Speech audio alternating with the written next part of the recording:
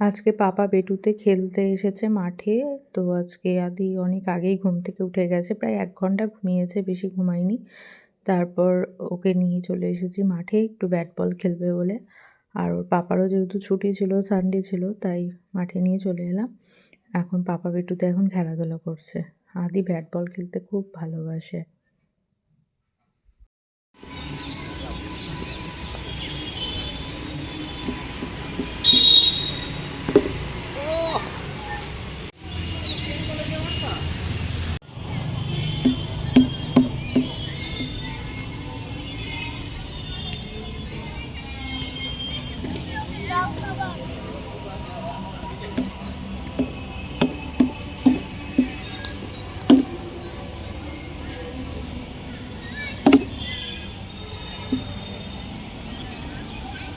তুমি আউট, এবার পাপাকে দাও।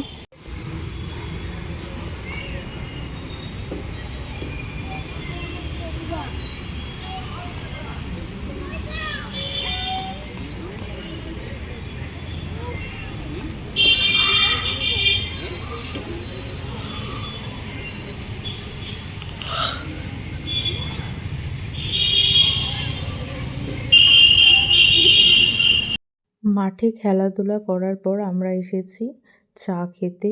একদম খেজুরের গুড় দিয়ে মালাই চা, মানে মুখে লেগে থাকার মতন অসাধারণ চা বানায়।